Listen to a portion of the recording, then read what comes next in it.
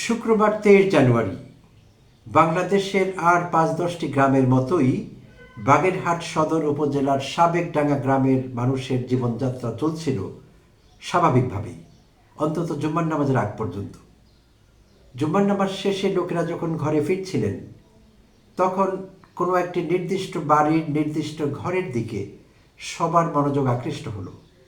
সবাই সেদিকে ছুটে চললেন, কারণ দুটো অস্বাভাবিক মৃত্যুর খবর পাওয়া গেল। আর সেই বাড়িটি হলো বাগেরহাট সদর উপজেলার নিষিদ্ধ ঘোষিত ছাত্রলীগের সাবেক সভাপতি জুয়েল হাসান সাদ্দামদের বাড়ি। জুয়েল হাসান সাদ্দামের পরিবারেই ঘটেছিল সেই অস্বাভাবিক মৃত্যু দুটো। কিভাবে, কেন, যারা ইতিমধ্যে জেনেছেন গণমাধ্যম থেকে কিংবা সমাজ মাধ্যম থেকে, তাদের জন্য না, যারা জানেন না তাদের জন্য ব্যাখ্যা করছি এক্ষুনি। প্রিয় দর্শক, আসসালামু আলাইকুম এবং অফুরন্ত শুভকামনা সবার জন্য। তো ফিরে আসছি মূল গল্পে। জুয়েল হাসান সাদ্দাম বাগেরহাট সদর উপজেলার ছাত্রলীগের সাবেক সভাপতি।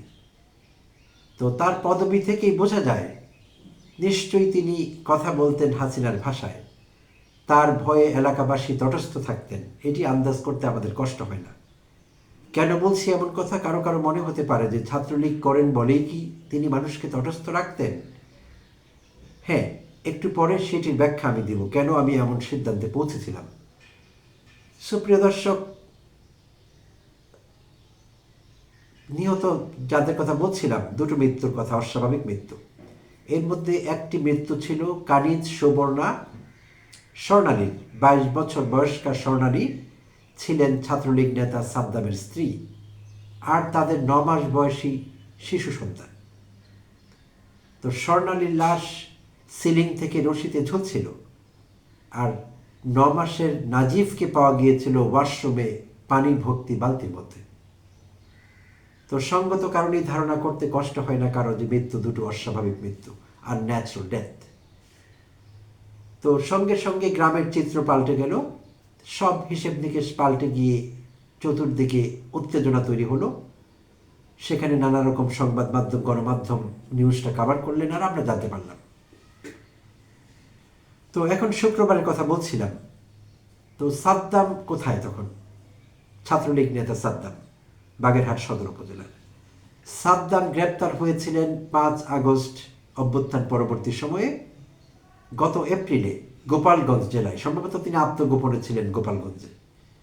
গোপালগঞ্জ থেকে পুলিশ তাকে গ্রেপ্তার করে পরবর্তীতে 15ই ডিসেম্বর 2025 থেকে তিনি আছেন যশোরের কারাগারে, যশোর জেলা কারাগারে। তো সাদ্দাম কারাগারেই ছিলেন শুক্রবার 23 জানুয়ারি। সাদ্দাম জানতেন না তার পরিবারে এমন ঘটনা ঘটে গেছে। তার স্ত্রী এবং তার সন্তান, এই দুজনেরই অস্বাভাবিক মৃত্যু হয়েছে। তো এই পর্যন্ত অনেকেরই ধারণা, পুলিশ থেকে শুরু করে আত্মীয় স্বজন, পাড়া প্রতিবেশী সবার, যে স্বর্ণালী আত্মহত্যা করেছেন এবং আত্মহত্যা করবার আগে তাদের শিশু সন্তানটিকে হত্যা করেছেন নিজ হাতে। আর কেন করেছেন? স্থানীয়দের ভাষ্য থেকে জানা যায় যে স্বর্ণালী ফ্রাস্ট্রেটেড ছিলেন। যখন থেকে সাদ্দাম কারাগারে, তখন থেকে স্বর্ণালী ফ্রাস্ট্রেটেড। বিভিন্ন জনকে সবসময় জানতে চাইতেন, বিভিন্ন জনের কাছে, সাদ্দামের মুক্তি হবে কিনা, আশু মুক্তির কোনো সম্ভাবনা আছে কিনা। বিপরীত চিত্রই তিনি পেতেন, ফলে ফ্রাস্ট্রেশন তার মধ্যে আস্তে আস্তে বাড়তে থাকে। এবং শুধু তাই না, এটিও জানা গেল এলাকার লোকজন তাকে কটূক্তি করতেন, কারণ তিনি সাদ্দামের স্ত্রী ছিলেন। তো যে কথা আগেই বলছিলাম, যে ধরে নিতেই পারি যে তিনি হাসিনার ভাষায় কথা বলতেন, না হলে এলাকাবাসী কেন সাদ্দামের ওয়াইফকে কটূক্তি করবেন? আসতে যেতে, উঠতে বসতে, রাস্তায় দেখলেই লোকেরা তাকে কটূক্তি করতেন। তো এইসব নানা কারণে স্বর্ণালীর মধ্যে ফ্রাস্ট্রেশন তৈরি হয়েছিল। লোকলজ্জা, ফ্রাস্ট্রেশন সব কিছু মিলিয়ে তিনি এই কঠিন সিদ্ধান্ত নিয়েছিলেন আত্মহননের এবং একমাত্র শিশু সন্তানকে হত্যা করবার। তো এখন যা হলো, পরবর্তীতে সাদ্দামের আত্মীয় স্বজন, সাদ্দামের বাড়ি বাগেরহাটে, সাদ্দামকে গ্রেপ্তার করা হলো গোপালগঞ্জ থেকে। সাদ্দাম এখন আছেন যশোরের কারাগারে। তো একটি ভালো রকমের ঝামেলা।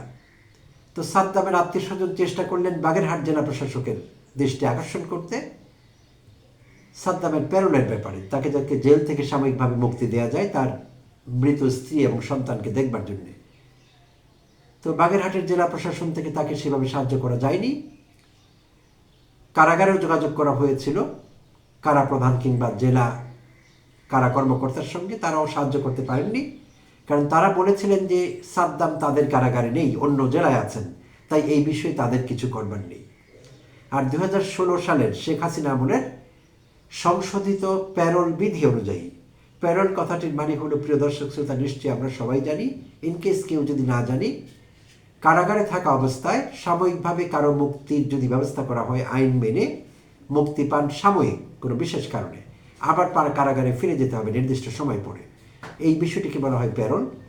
তো 2016 সংশোধিত প্যারোল আইন অনুযায়ী অন্য জেলায় থাকলে, সাদ্দামের বাড়ি যদিও ব্রাহ্মণবাড়িয়া এবং প্লেস অফ অকারেন্স ব্রাহ্মণবাড়িয়া, সাদ্দামকে মুক্ত করবার কোনো ব্যবস্থা ব্রাহ্মণবাড়িয়া প্রশাসনের কাছে থাকে না। যশোর জেলা কারাগার সেটি দেখবে, এবং জেলা কারাগারও সেটি দেখতে পারে না, আসলে সেটি দেখতে হবে যশোরের জেলা প্রশাসককে, যে কিনা একই সঙ্গে জেলা ম্যাজিস্ট্রেট। তো সেই জন্য চেষ্টা করেও সাদ্দামের প্যারোল হয়নি। অবশেষে সাদ্দামের স্ত্রীর এবং সন্তানের মৃতদেহ নিয়ে যাওয়া হয়েছিল যশোর কারাগারে, অ্যাম্বুলেন্সে করে নিয়ে যাওয়া হয়েছিল। সেখানে সাদ্দাম 5 মিনিট সময় পেয়েছিলেন তার স্ত্রী এবং সন্তানের সঙ্গে, 5 মিনিট সময় পেয়েছিলেন কাটাতে। তো এইটি গণমাধ্যম থেকে শুরু করে সমাজ মাধ্যমে এই খবরটি ছড়িয়ে পড়ে, আর সঙ্গে সঙ্গে বাংলাদেশের সব জায়গায় একটি প্রতিক্রিয়া হয়, অনেকে কষ্ট পান, অনেকের খারাপ লাগে, বা নানা রকম রিয়াকশন দিতে থাকেন মানুষ। তো আমি ব্যক্তিগতভাবে খুব কষ্ট পেয়েছি। দয়া করে আমার এই বক্তব্য শুনে কেউ ভিডিও কেটে বেরিয়ে যাবেন না, কিংবা কোনো কমেন্ট করবেন না আমার পুরো বক্তব্য না শুনে। আমারও খারাপ লেগেছে। ছাত্রলীগ নেতা সাদ্দামের জন্য আমার খারাপ লাগেনি, মানুষ সাদ্দামের জন্য আমার খারাপ লেগেছে। কারণ আমি যেটি বলছিলাম, সাদ্দাম নিশ্চয়ই হাসিনার ভাষায় কথা বলতেন, এবং ঘটনা বিশ্লেষণ করলে আশেপাশের আমরা সেই রকমের আন্দাজই পাই। তো সেটি এক হিসেব, কিন্তু এই মুহূর্তে সাদ্দাম তো একজন মানুষ, তার স্ত্রী এবং সন্তানের এরকম করুণ মৃত্যু হলো, সাদ্দাম বেরিয়ে আসতে পারলেন না, তাকে প্যারোল দেওয়া হলো না। সঙ্গে সঙ্গে আমার মনে পড়ে গেল শেখ হাসিনা আমলে, আওয়ামী লীগ আমলে বিএনপি নেতাকর্মীরা ঠিক একই রকমের মানসিক যন্ত্রণা ভোগ করেছিলেন, মানসিক যাতনা। অসংখ্যবার আমরা এটি সংবাদ মাধ্যমে দেখেছি, বিএনপির কোনো নেতা বা কর্মী, তাদের আত্মীয় বিয়োগ হয়েছিল, তখন মা বাবা সন্তান স্ত্রী প্রিয়জন বিয়োগ হয়েছিল, তারাও চেষ্টা করেছিলেন প্যারোলে বেরিয়ে আসবার জন্যে। কারো কারো অনুমতি হয়নি, কারো কারো হয়েছে, এবং যাদের হয়েছে তারা ডান্ডা বেরি পড়া অবস্থায় জানাজায় অংশগ্রহণ করেছিলেন। তখনও ছি পড়ে গিয়েছিল চতুর্দিকে, মানবাধিকার লঙ্ঘনের প্রশ্ন উঠেছিল। ডান্ডা বেরি পড়া অবস্থা আমরা এরকম জানাজা অসংখ্যবার দেখেছি। তো মানবাধিকার এখানে, এখন কারো কারো মনে প্রশ্ন আসতে পারে, হাজতি, কয়েদি, অপরাধী, তাদের আবার মানবাধিকার কি? কিন্তু না, প্রিয় দর্শক শ্রোতা, মানবাধিকার আসলে সবার আছে। হাজতির আছে, কয়েদির আছে, আসামির আছে, চোরের আছে, ডাকাতের আছে, ছিনতাইকারীর আছে, এমনকি হাসিনার মতো পিশাচেরও আছে। প্রত্যেকটি মানুষের মানবাধিকার আছে, আর এই বিষয়টি স্বীকৃতি দিয়েছে জাতিসংঘ। এই সংক্রান্ত একটি বিধি আছে, universal declaration of human rights, মানবাধিকারের সর্বজনীন ঘোষণাপত্র, একটি ঘোষণাপত্র আছে। সেখানে নিশ্চিত করা হয়েছে মানুষ হলেই হবে, তার মানবাধিকার থাকবে। কোনো অপরাধী হলে তার বিরুদ্ধে ট্রায়াল চলবে, তাকে বিচারের মুখোমুখি করতে হবে, সাজাও দিতে হবে, কিন্তু অ্যাট দ্য সেম টাইম তার মানবাধিকার লঙ্ঘন করা যাবে না। তাই আমরা যখন বলি মানবাধিকার, এখানে সকলের মানবাধিকার আছে। এখানে মানবাধিকার আছে অধ্যাপক ডক্টর মোহাম্মদ ইউনূসের, মানবাধিকার আছে তার উপদেষ্টাদের, মানবাধিকার আছে সরকারি কর্মকর্তাদের, মানবাধিকার আছে শেখ হাসিনার, মানবাধিকার আছে ডোনাল্ড ট্রাম্পের, যিনি এই মুহূর্তে মানবাধিকার লঙ্ঘন করবার চ্যাম্পিয়ন হয়ে উঠেছেন দেশে এবং বিদেশে। প্রত্যেকটি মানুষের মানবাধিকার আছে। Universal declaration of human rights সেটির গ্যারান্টি দিয়েছে। যেটি বলছিলাম, যে অপরাধ করবেন সে অপরাধের শাস্তি পেতে হবে, বিচার তার হবে, কিন্তু মানুষ হিসেবে তার হিউম্যান ডিগনিটি লঙ্ঘন করা যাবে না। সেটি করলে সমস্যা হবে সেটি।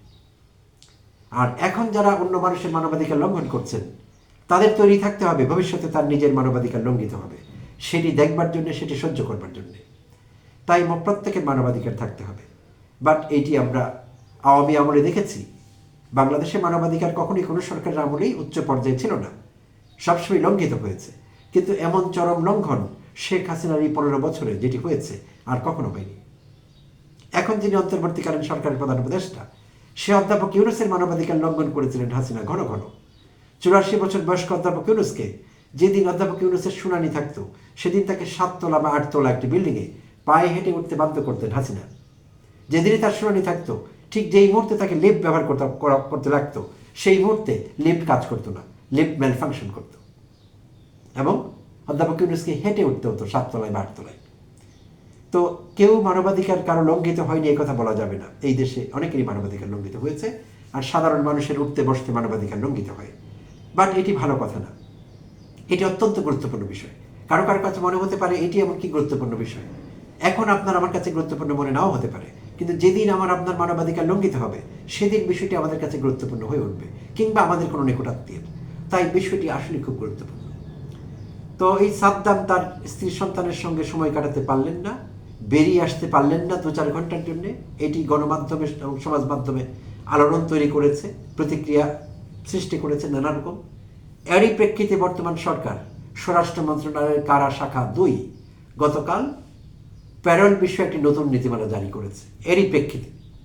আর সেই নীতিমালায় প্যারোলের শর্ত, প্যারোলের সময়সীমা এবং প্যারোল প্রদানকারী কর্তৃপক্ষের সুস্পষ্ট ক্ষমতার সীমানা নির্ধারণ করেছে গতকালকের সেই বিধিটি। আর সেখানে বলা হয়েছে, এরকম কারো নিকটাত্মীয় যদি বিয়োগ হয়, মা বাবা ভাই বোন স্ত্রী সন্তান শ্বশুর শাশুড়ি কারো নিকটাত্মীয়ের বিয়োগ হলে কারান্তরীণ অবস্থায়, অর্থাৎ কয়েদি কিংবা হাজত হিসেবে কারাগারে আছেন, তাদের মুক্তির ব্যবস্থা করতে হবে। অপেক্ষাকৃত শিথিল করা হয়েছে আইনগুলো।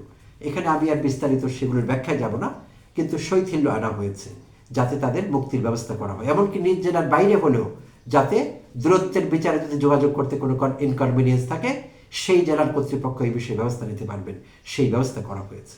এবং এইটিও দেখলাম গতকাল হাইকোর্ট সাদ্দামকে 6 মাসের জামিন দিয়েছে, অন্তর্বর্তীকালীন জামিন। তো প্রিয় দর্শক শ্রোতা, যেটি বলছিলাম, মানবাধিকার রক্ষা করতে হবে। আসামির হলেও, অপরাধীর হলেও বিচার তার হবে, কিন্তু তার হিউম্যান ডিগনিটি নষ্ট করা যাবে না, ভায়োলেট করা যাবে না। কারণ আজ আমি আপনি যদি হাততালি দিই আমাদের প্রতিপক্ষের, আমরা পছন্দ করি না এমন কারো মানবাধিকার লঙ্ঘিত হলে, কাল সেই খড়গ আমার আপনার উপরে এসে পড়বে, কাল আমরা সেরকম ভিকটিম হব। তাই মানবাধিকার লঙ্ঘিত হলে সবাইকে উচ্চকণ্ঠ থাকতে হবে। এমনকি আমাদের অপছন্দের লোকেরা যদি মানবাধিকার লঙ্ঘিত হয়, এই বিষয়টিতে ছাড় দেওয়া যাবে না। এই বিষয়টিতে কোনো আওয়ামী লীগ নেই, এই বিষয়টিতে কোনো ফেসিবাদী নেই। প্রত্যেকের মানবাধিকার আছে এবং সেটি রক্ষা করতে হবে। আমরা মুখে মুখে ফেসিবাদ বিরোধিতা করব, কিন্তু আবার ফেসিবাদকে পৃষ্ঠপোষকতা দেব, সেটি হবে না। মানবাধিকারকে সমুন্নত রাখতে হবে under any circumstances, in any case. প্রিয় দর্শক, সবাইকে আবারও অফুরন্ত শুভেচ্ছা। আবারও দেখা হবে শিগগিরই অন্য কোনো এপিসোডে।